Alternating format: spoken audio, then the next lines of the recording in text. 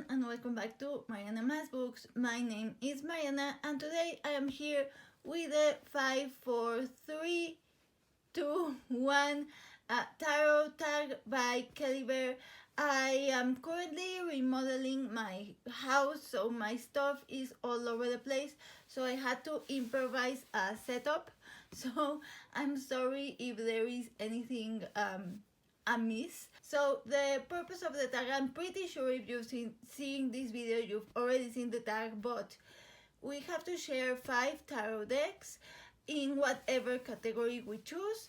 4 tarot books, 3 spreads, 2 habits or paraphernalia regarding your tarot practice, and 1 advice or 1 card that represents who you are at the moment. So I'm going to start with the 5 decks, and I am going to show you 5 of my first decks. I don't remember exactly the order of which are the first 5 decks that I got, but I do remember which was my first. My first deck I keep in this pouch, and it was the Everyday Tarot by BD Tarot. This was my very first deck, and the reason why I got it is hilarious. This is an RWS clone, but it is all in vector art. And the reason why I got it is because I had never read tarot in my life. No one in my life reads tarot. I don't know anyone in my life who had ever gotten a tarot card reading, except my grandma when she was young. My grandma had like card readings, tea readings, etc. But she never ever talked to me about tarot. I only found out when I started doing tarot, and my mom told me. But I had never heard anyone talk about tarot in my life, in my real life before. But I had always been very curious, and the reason why I was curious is a story for another day. But I enrolled in a tarot online course, and so I needed to buy a deck for the course. The only deck I had ever seen was the RWS, and never in person, just like in movies or shows or that type of thing. And so those are the images that were in my mind, and in my mind that was the real tarot deck. And again, this is all in quotes. This is me not knowing anything about tarot, and but I didn't want to get the regular RWS because it was scary. It was legit, that's the reason. It was scary for me. I thought the images were creepy, and I was like, okay, this is way too much for me. And so I was looking for a deck that was the actual deck but wasn't the regular creepy images, and I found this one, and I thought this is absolutely perfect. And it is actually a fantastic deck. I have never done personal readings with this, but I have read for other people, and it reads amazing. Even though it's not my favorite deck in terms of like visually, for reading for other people, this is excellent. The next deck I'm going to show you is the Dreaming Way Tarot, and this is one other of the first decks that I bought. I think this was actually the first deck that I connected with in like an internal level, where you see a flip through and there's something in the images that speaks directly to your soul. Not because of the art. The art is gorgeous. I love the art, but that's not the reason why I got the deck. I got it because the moment I saw the images and the flip through, there was something in the images that just immediately clicked with me, spoke to me, to my soul, to my core, and I don't know why I have this fixation with decks that can make me cry. I don't know. Maybe it's my Cancer moon, but every time I see a deck that I feel that this has the potential to make me cry, I just immediately fall in love with that deck. And there are some of the images where I just like this. This is me. I think I literally have worn these 2 outfits. And it's one of those that I used all the time, and then as I get more and more decks, I haven't used it in a while. I actually took it back out and did a reading with it, and it was perfection. And it's one of those that when I flip through it, I think I am going to stop buying decks because I want to use the decks I have, because this is so amazing and I love it so much, and I don't use it because I keep getting new decks. So of course I'm going to keep getting decks. I have been buying a lot of decks recently, but still, you know what I mean. Then I'm going to show you two fantasy related decks. Fantasy is a very important part of my life, and it's not only that I'm a fantasy reader and that I'm a fantasy fan, it's that fantasy is an essential part of who I am at my core. Like, fantasy is part of my soul, it's who I am. So I knew I wanted to get fantasy related decks, but I don't have many because it's such a big part of my life. I'm always looking for fantasy decks that speak to my fantasy core, and not a lot of the modern fantasy decks don't have the aesthetic that I consider like part of my fantasy core. I think that's because I grew up in the 90s, and so that's the type of fantasy imagery that I vibe with. But one of the first that I saw that I was like, that is me in a deck, is actually the Hidden Realms Tarot. This is a absolutely gorgeous, beautiful deck. You know, I think mainly a booktuber, and in booktube there is a thing that people say where they describe a book and they say no plot, just vibes.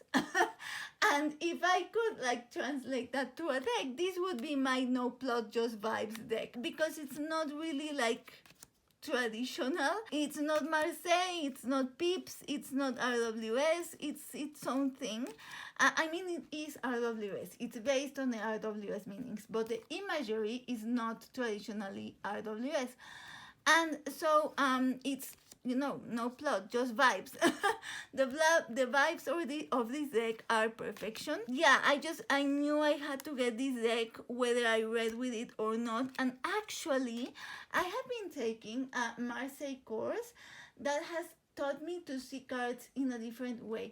And funnily enough, I took this deck and read it with the with the teachings of that class, and even though this is like the furthest from Marseille you could possibly get, the main concepts, I took them and I read this deck and it read beautifully, and now I'm super excited to do more readings with this deck with that way of seeing.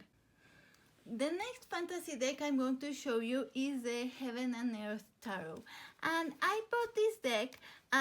It's funny because one of the first fantasy decks that I saw that I was like, oh my god, is the, what's it called? The Darkness of Light Tarot, which now I own.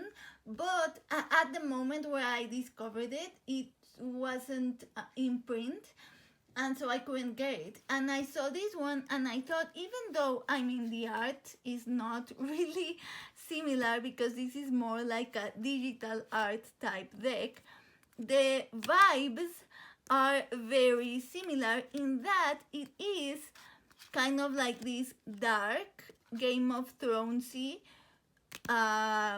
fantasy feel. When I received it, the art is absolutely stunning and it reads this is a deck that when I saw it, I wasn't like, oh, this is going to make me cry.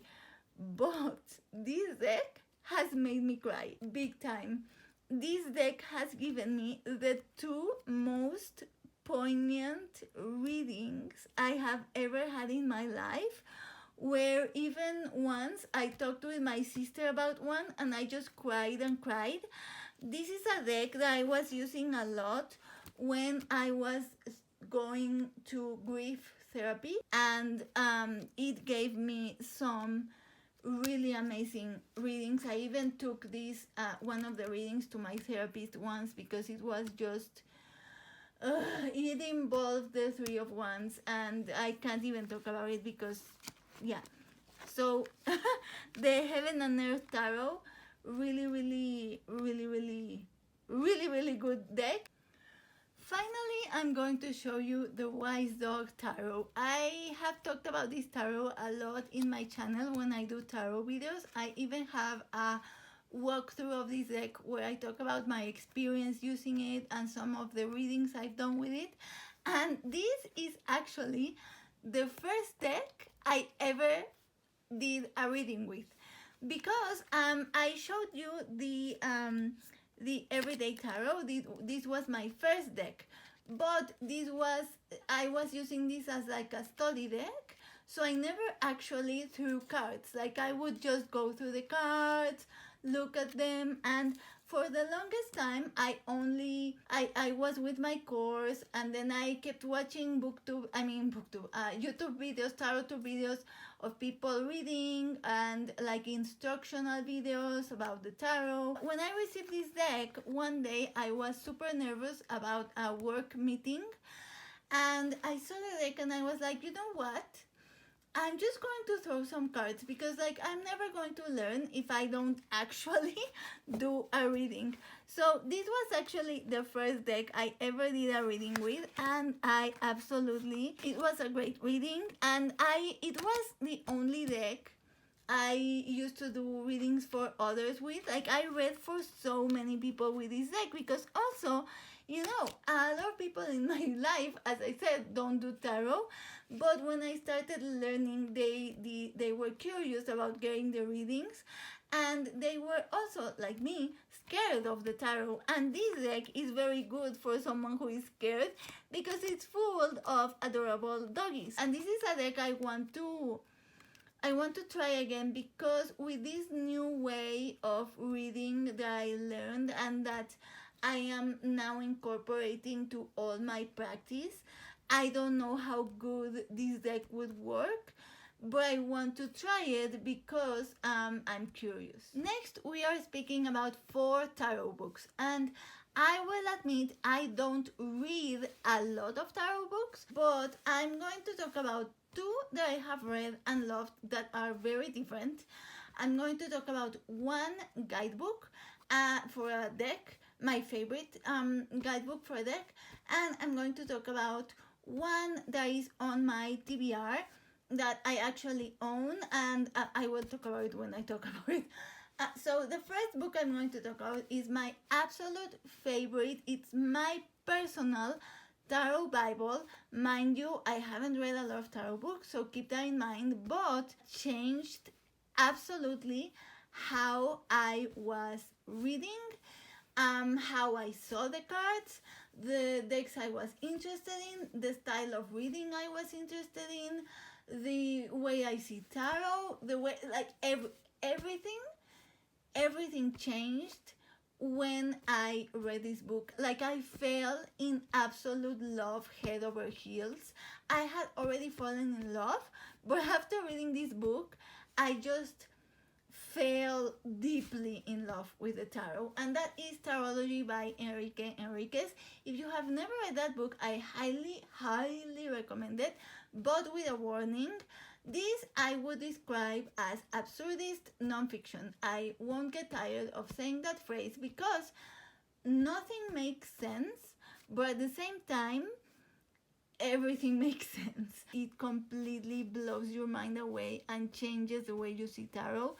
That is the book that kickstarted my love for Marseille and my interest in Marseille. But even out of US, I started reading it differently after I read his book. So Tarology by Enriquez, my absolute favorite. Then I'm going to mention one that I actually read before Tarology, and it was when I wasn't doing like cartomancy divination type practices. I was only doing a very internal introspection type readings, and it's the first book that connected me with it. Connected with me. It was a book that I also read while I was doing grief therapy, and it's the book that made me discover that temperance is my favorite card, and that is Tarot for Change by Jessica Dore. I highly recommend that book, really excellent. And yeah, then I want to talk about my favorite guidebook at the moment. Currently my favorite guidebook. There are some guidebooks that I still want to read that I think are going to be good, but currently this is my favorite guidebook, and I wanted to show you because it is the Spacious Tarot Guidebook. It is a super small little book. It is nothing special in terms of size, or it doesn't have colored images. It doesn't even have images of the cards in the book. And I feel like people usually, when they review decks, they always like, if the guidebook is small, it's like, is it worth the money? Look, it's a small book, it's no good, and they throw it away. And they open it and they're like, oh no, it's not in color. Oh my gosh, no. It's kind of like with decks, that it's like, oh, no gilded edges, oh, talk box, oh, and those things that make people think there is less value. And for me, it's the opposite, because it's not trying to impress you with the bombo y platillo. I don't know how to say that in English. I don't annotate a lot because it's hard for me with my hands to do things, so sometimes I will read and annotate when I have the patience to do it, but sometimes I won't. So it's not heavily annotated, but it is annotated. So that goes to show that even a small book like this can be super excellent. So you don't have to be a colored, big, fancy book to be excellent. The Spacious Tarot Guidebook is absolutely excellent. Finally, I'm going to talk about a book that I haven't read yet, but it's on my TBR, and it's a book that was recommended to me by a booktube friend who doesn't do tarot, but who knows that I do and I love it. And she is actually a Catholic, and I am also a Catholic, and the book is like a Catholic approach to tarot, and so that's why she recommended it to me. And it's called Contemplative Tarot, and it's about like tarot and prayer. And I was so excited to find this book because, I mean, tarot is often talked about alongside spirituality, but it's usually like witchy, pagan, Celtic type spirituality. I had never heard anyone talk about Catholicism, which makes sense because Catholicism is very, like, traditional Catholicism is very anti-tarot. But in the same way that I'm not like traditional tarot, I'm also not like traditional Catholicism. I grew up in a majorly Catholic country. All my family is Catholic. I like, since I was little, I was taught, I was educated within Catholicism. So it's a big part of who I am. It's a big part of my identity, and I wanted to discover a way to merge the two things, tarot and Catholicism, which is my personal spirituality, my personal faith. And I couldn't find anything online. And then one day I discovered Catholic Tarot on Instagram, and I was so excited, and I told my friend, and then she saw this book was coming out, and so she recommended to me. I pre-ordered it, and I have yet to read it, but there you go, that's the first book. I'm going to move on to the next category. Then we have to talk about 3 spreads, and this is funny, I usually don't work with fixed position spreads, but I am going to show you 2. The reason why I don't work with those is because I don't like reading single cards generally, but there are some I'm going to talk about it, okay? Yeah, I'm going to stop talking and show you. So the first that I'm going to show you is not a fixed position spread, and it is a Marseille, and I'm going to show it to you just because it's it's not a fixed position, it's like whatever. But usually people show the 3 cards, and I do the 3 card no fixed position reading. I do it a lot, and that's what I used to do all the time with RWS, with Marseille, with whatever, at least 3 cards, and that I learned since the very beginning. But the one I'm going to show you is actually I learned, as I said, I'm taking a Marseille course. They actually show you to use 5 cards instead of 3, and they say that it's better. So it's literally you just throw 5 cards and you read the 5 cards. But hold on, let me finish putting the cards. This is my Mamanmiyuki Tarot, which is my favorite Marseille. I have the mini and the regular size. This is the regular size. You just have 5 cards, and there are no fixed positions, but you do read them left to right.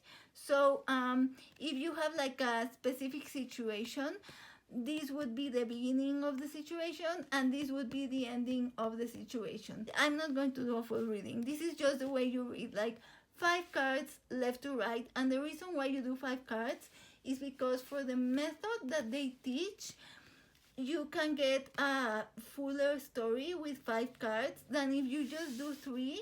It's more difficult to see like the ups and downs, the changes, the shifts. It's just very minimal. So 5 cards, and now I always do 5 cards with Marseille.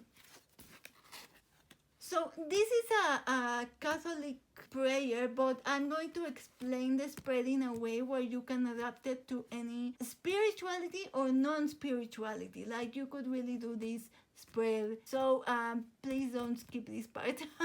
Speaking about contemplative tarot and Catholicism and prayer, this is a spread that I came up with, but it's not, I didn't come up with the prompts. So if you watched my Books for Majors BR to Lennon at Lennon Smith, you know I talked a lot about the Jesuits in that video.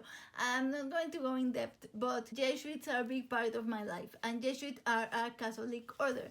And the Jesuits were created by Saint Ignatius of Loyola. And Saint Ignatius of Loyola created a prayer that is called the Examen Prayer, which is actually the basis for a lot of things, not only in Catholicism, but even like in other secular areas. So the Examen Prayer is basically just like a reviewer of your day, and this is a deck I created for myself, a little spread deck. These bags I actually did with pastel colors, and I just love square decks, so that's what I did. And there are notes. Okay, so there are 2 extra cards, but the spread has 5 positions, and it is a cross spread, cross-shaped spread, which I know is cheesy, like prayer cross-shaped, but it was just too perfect to not do it. Okay, I'm going to read you the prompt. So the first one is become aware of God's presence in the middle, and that is throughout your day. So like throughout your day, become aware of God's presence, or whatever entity or a spiritual being or ancestor or whatever, become aware of their presence throughout your day. Then prompt number 2 is review the day with gratitude. And again, see, this can be applied to anyone. So review the day with gratitude. And then step 3 is pay attention to your emotions. So like the emotions you felt throughout the day. And then the step number 4 is choose one feature of the day and pray from it. So it can be choose one feature of the day and reflect on it. And then the 5th step is look towards the future. And the reason why I place the cards in this shape is because here is the past and here is the future. And the center, the core, is like become aware of God's presence. And so I first did that, and then I realized, oh, I can do like the top and bottom. And because the top is like review your day with gratitude, which is like the more positive, I guess. And then the bottom could be more shadowy because it reflects on your emotions. So it just worked out perfectly that it was cross-shaped with the meanings of and with each prompt. And I think this is the only spread I pull single cards with, because it's so personal that I don't mind that it's a single card, because I take it out and I know what I think it refers to. Finally, it's a spread I saw on Instagram. It's a week ahead spread, and there are a million week ahead spreads, but that's the one I really liked, and it is by All and Bones Tarot on Instagram. And this is actually a 3-card spread, but I don't do it with 3 cards. I do it with 6 or 9 cards, so at least 2 cards per position. Position number 1 is Let Rest. Position number 2 is Wake Up, and position number 3 is Mantra. So this is a spread that I wouldn't do with this type of deck, but currently it's the smallest deck I have within my reach. So I'm going to do it the way I usually do it, which is with 9 cards. So I think this will fit better. So I would pull 3 cards for Let Rest. Then I would pull 3 cards for Wake Up. And then I would pull 3 cards for Mantra. So it would be Let Rest, Wake Up, Mantra, and that's how I would read it, just like 3, 3, 3, Let Rest, Wake Up, Mantra. And that's how I would do the spread. But you could also do like Let Rest, Wake Up, Mantra if you prefer doing 6 cards. Again, I wouldn't pick this deck to do it, but this was the smallest deck available. Oh, and for this spread, the prayer spread, I would use something maybe like the Daydreaming In Situ, or some type of deck like that. Then we're going to talk about 2 habits or paraphernalia that we have for our tarot practice. For me, the way that I feel that I'm doing a connected reading is if the cards are imbued with the context. So the one thing that I always do is when I'm reading for others, I have problems with my hands, with the motricity, and so I can't shuffle. Like, even if I learned, I couldn't do. That's a specific position that I can't, my hands can't.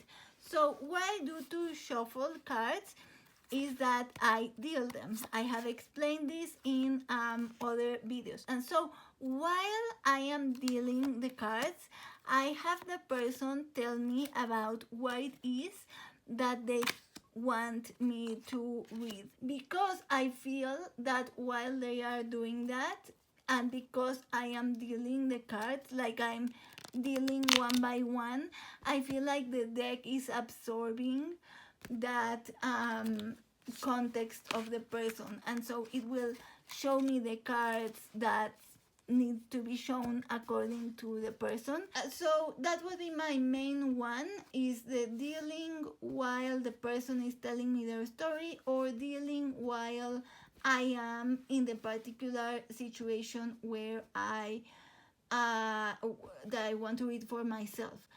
And then the second one would be another instance if I'm reading for myself. As I said, if I'm reading for myself, I can read wherever, I can throw cards wherever. But if it's like a very special internal work type of reading, or I'm doing like the exam and prayer or something very personal like that, I do like to have Mary with me.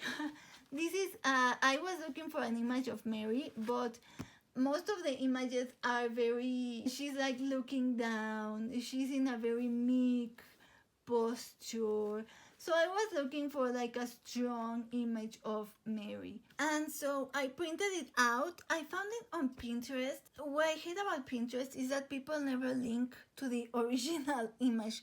But I think I do have the name of the artist, so I will write it down below. So I just put a golden paper in the background and laminated it. And this is my Mary that comes with me when I'm throwing cards for personal reasons. I actually want to print a smaller image to put in my pouch where I keep the deck that I take on my purse, and I'm going to print a bigger image to hang on my behind my bed. I love it. So that would be 2. And finally, it is one tarot advice or one card that represents you or that you want to embody. So because I am new and I'm learning, I'm going to say like an advice for someone who would be like me, that is new and learning. It's about the relationship between cards.